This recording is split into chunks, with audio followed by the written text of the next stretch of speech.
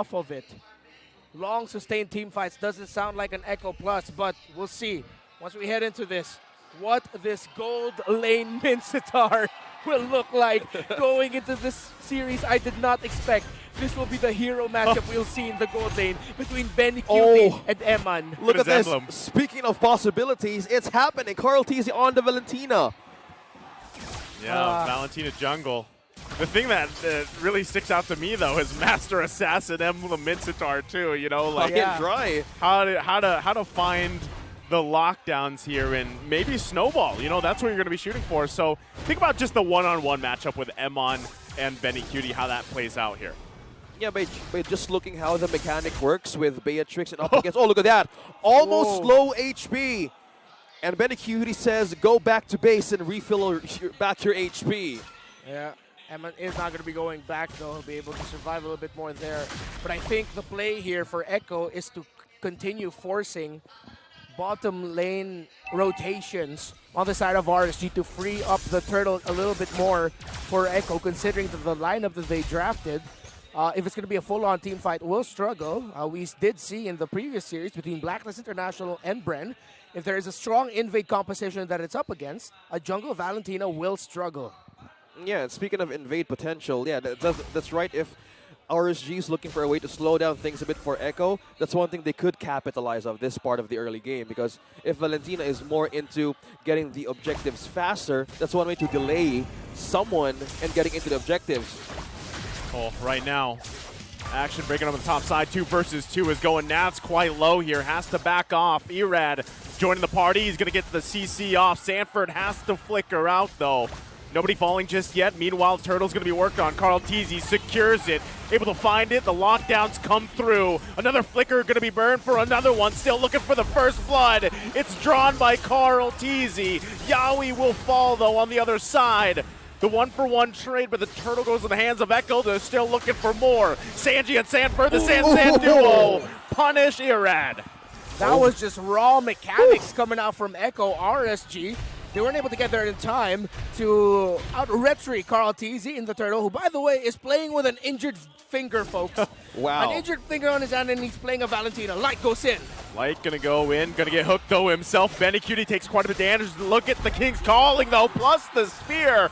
Emin will fall. Oh, just look at that confidence popping out with those 3 calls. And that's how Mincetar Gold Lane works with Benny Cutie. Defying impossible, and that's how you delay the progress of Eman as early as now by just looking at the items that you're about to see, which is not that. Yeah, not that, but we did see Benny Cutie pick up a Corrosion Scythe later. I'm really interested to see. Oh, Light with a hook! Okay, hook gonna land. There's the Bloody Hunt follow-up. Should be an easy kill. Light will fall. And they go ahead and back off from there. This is what I'm talking about. Pick-off potential is huge for Echo. Irad and Eman going down to the bot lane. Yaoi here to assist. Let's see if anyone will commit a play here with the Lord Turtle. 30 seconds in. And as I was saying earlier, Benny Cutie's item build here is what we're going to be watching out for. Is he going to be going full attack speed? Will he hybrid it so that he can build a little bit more sustainability? Is Benny Cutie really going to be the main damage condition here for Echo? The way it looks like is that Benny Cutie is one of the options, but it's split. It's Sanji, Carl, and Benny all splitting duties in terms of dealing damage. You're really going to be forced back here. Exort already using the ultimate, taking quite a bit of damage. Too much, actually. Had the Vengeance, not going to be enough as Sanji cleans up the kill. So now down a member, Turtle spawns. Echo in a good position to start it up. Erad, though, not going to let Carl TZ take it freely here. Yaoi on the bottom side gets the hook off. Nas there as well. The rest of the team comes through. There's a final slash. Erad takes the Turtle, though, under the nose of Carl TZ. And now they back off. Navs with the split. Split has the backup he needs. Can they grab the kill on top of it? Sanford will fall. Yaoi now in trouble, gets a Prazer's Wrath and shot down by Emon. The sustain game is so high for RSG, and Echo's damage was not enough to just be into that position to take damages out of RSG. Yeah, and that's the main thing there as Ira takes away an orange buff from Carl TZ.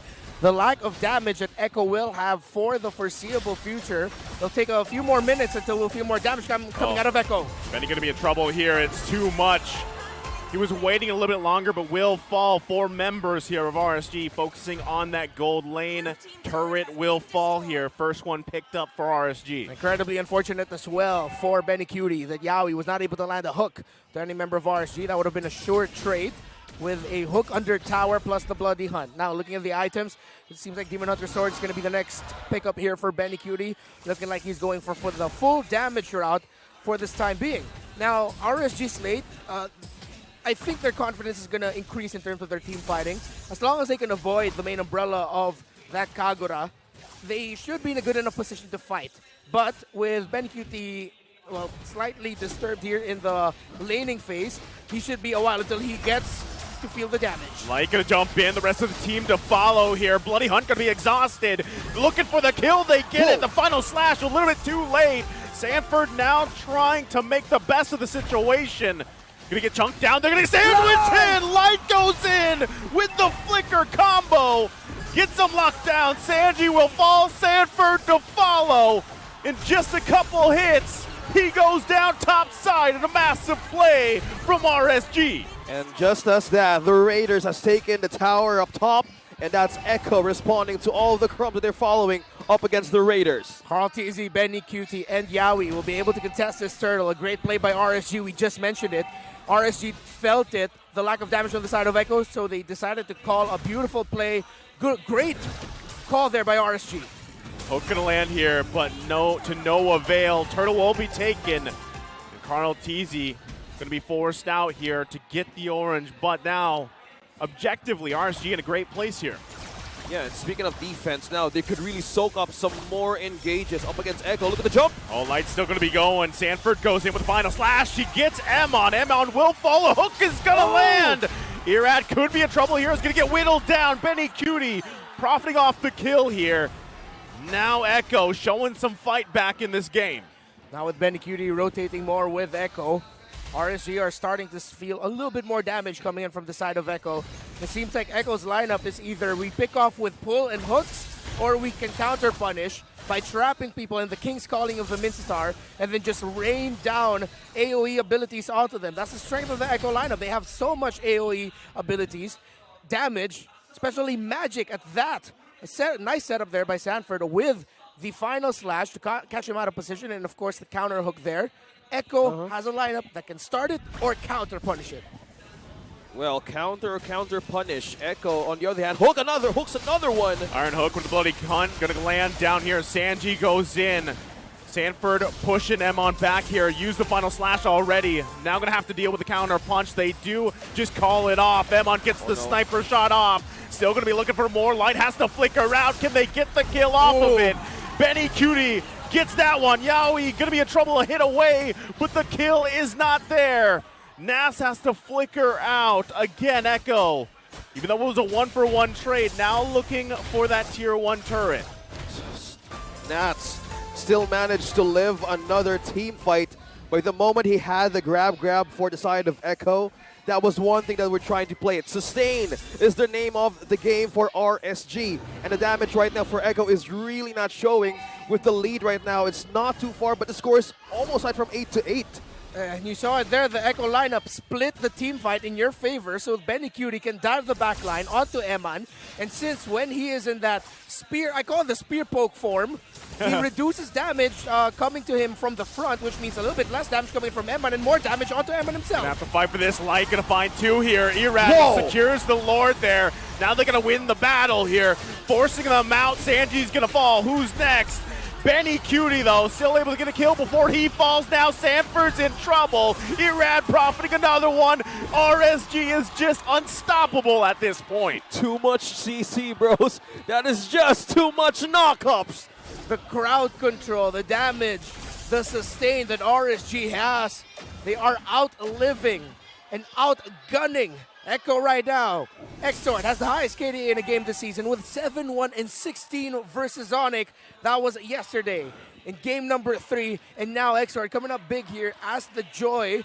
It seems like RSG says, okay, Echo wants to trap all of us inside the King's Calling. Let's all just fight under the King's Calling. We have a Joy with us who will dish out a great amount of damage around the other members of Echo. Well, 3 Molten Essence and a Dominance Ice. That's how you can really soak up being in the middle of an ultimate of a Mincetar. So right now, what Echo could do is just completely divide RSG's strength as they go into team fights. And this is one problem, though, that they need to answer. Who do you target here? If you're RSG, either Eman, well, Eman or Ear, but they can actually sustain everything at this point in time.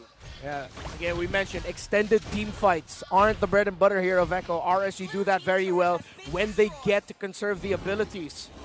So it'll boil down to the point now of Echo just finding a good pickoff and trying to build out of that. Well, that's the funny thing is, like, their lineup is literally pick off. Yeah. Like that, you know, that's kind of your, Just it. what's our A, B, C, and D plan? Pick off. Yeah. Right? Because that's kind of what they have. And if they don't, yes, they have great counterpunch, like you mentioned earlier, Renmar, but right now, RSG is actually doing a great job playing around that. Even at times where when those full-on team fights happen, RSG is able to pull out on top of it. Now, if Emon goes down, if somehow he's taken care of quickly, or if one of those pickoffs abilities land, whether it's the spear, the hook, or anything else, then they lose a huge amount of the firepower. So that's the biggest thing that Echo has to do is, how do we get to Emon? They've done it a couple times already. That literally is what they have to do going into pretty much the late game of this match one, this game one. Yeah, is this a hybrid build here for Mincetar? It's most a mix of magic and damage, right? It's more on the damage. His last two items will most likely be for sustain. It looks like he might be going for Radiant Armor. Sanji gonna get caught out here. Light knew that was the target. Easy pickings. RSG gets a -1 for Echo. Unfortunately, though, the Lord isn't up just yet. So by the time it does spawn, Sanji will be back up here. Echo here. Again, because of how Mincetar is built, it's not like all of his basic attacks will always hurt. It's really just when he has his shield up and he can poke. It's ability-based. Weird enough to say ability-based basic attacking. But then once that's gone, they will be outgunned because Eman has a more traditional marksman there. If Echo can get the pick-off set that they're looking for, that's the thing. It has to be a perfect set. Lights gets interrupted by the Lord, though. Yeah, that was a really near trying to get with the jump. So you're trying to say here is they need to have a perfect timing to use their skills at the right time and at the right moment, because if they lose it, it's all gone for Echo. And another free Lord for RSG. Which is such a tall request. Like, you have to find a perfect start to your fight to be able to win it. Yeah. It's like things have to fall in place basically, you know, at this point for Echo. And it was probably the best decision to be like, you know what, just give up that Lord. Let's defend. And because if you think about it, because of their pick-off potential with this composition, they have somewhat of an advantage to work around here in the defense. If they can land something, as long as they have enough clear, that's the only problem. Like, as more of these Lords are taken, the clear potential, the wave clear potential is kind of lacking here for Echo. They have to decide whether to get that pick off and then follow up with the burst, or do we clear these lanes? Well, right now they've got to defend against this Lord in mid. Okay, Rose Gold Meteor for Emon here. Just to get enough shield for the burst of that Kagura. You know, that's the Lord. On to 50 HP on that last turret on mid. Yeah, Lord gonna charge up. Red dashes in there. There's the final slash. The response comes through. They might be looking to end it here. Exort will fall, though. Followed by Sanji. Lord finally gonna be worked on, but already the crystal's gonna be half health here. Emon just unleashing on it. The gonna base get forced back. No minions just yet. A couple hits away. They're still doing it. One hit goes. And RSG will take game number 1. Don't need to do anything too crazy, anything too flashy. They're going to play a Mincetar Gold Lane against us? Well, we're going to go good old RSG. Game 1 goes to the Raiders. Task Force Eminent. Game number 1. As close as it gets. They have completely take one bite out of the world champions in this best of 5.